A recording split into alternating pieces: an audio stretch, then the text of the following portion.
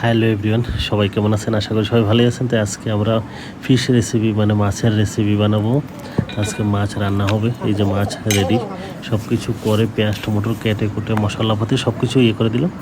তো এখন তেলটা দিলাম, এই যে এটার মধ্যে হলদি আর নমক দিয়ে মিক্সড করে দিলাম। তো মিক্সড করে তারপর এখানে তেলটা গরম করছি, তারপর ওইগুলোকে ফ্রাই করবো আর কি।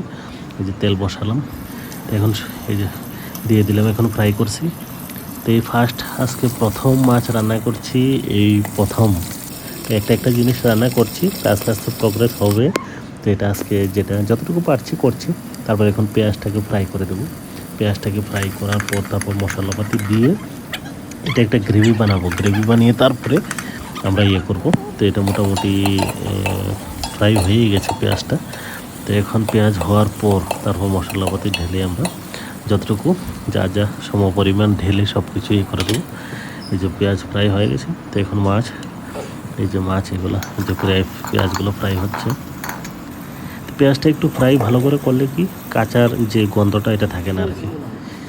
এই যে মোটামুটি হয়ে গেলো, সব কিছু দিয়ে একদম মিক্সড করে দিয়ে দিলাম।